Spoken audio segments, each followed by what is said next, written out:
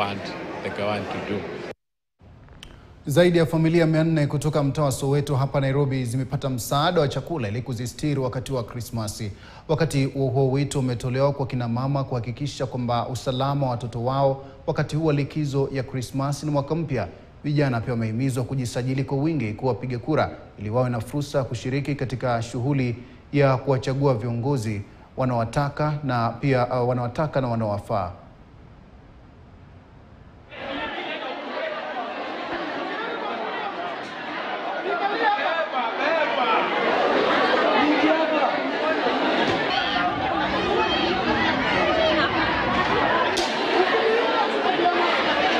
Kisha tumepatia zaidi ya watu 400 chakula at least ya sikukuu, na vile vile kuwahimiza kuangalia watoto wao hii wakati wa hii msimu wa Krismasi na hii holiday mrefu, manake kuna mambo mengi yanafanyika katika kijiji na tunataka kuhakikisha kwamba wazazi waangalie watoto wao vizuri, na vile vile imekuwa wakati mzuri pia kuhimiza watu wetu wa Lower Savannah kujitokeza kwenda kujiandikisha kama wapigaji kura.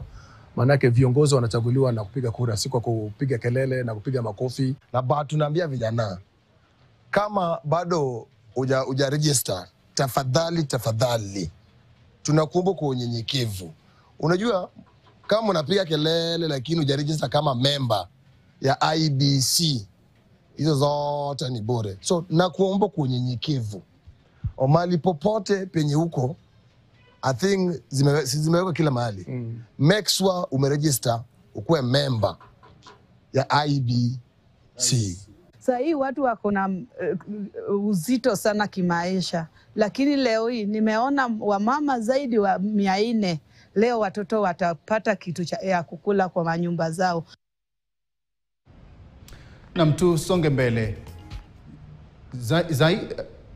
Ama mtazamaji, kwa taarifa hiyo ndipo nakamilisha taarifa zetu za mbiu ya KTN leo hii. Jina langu ni Sam Amani, mwenzangu kwa lugha ishara amekuwa Merisha Owiti.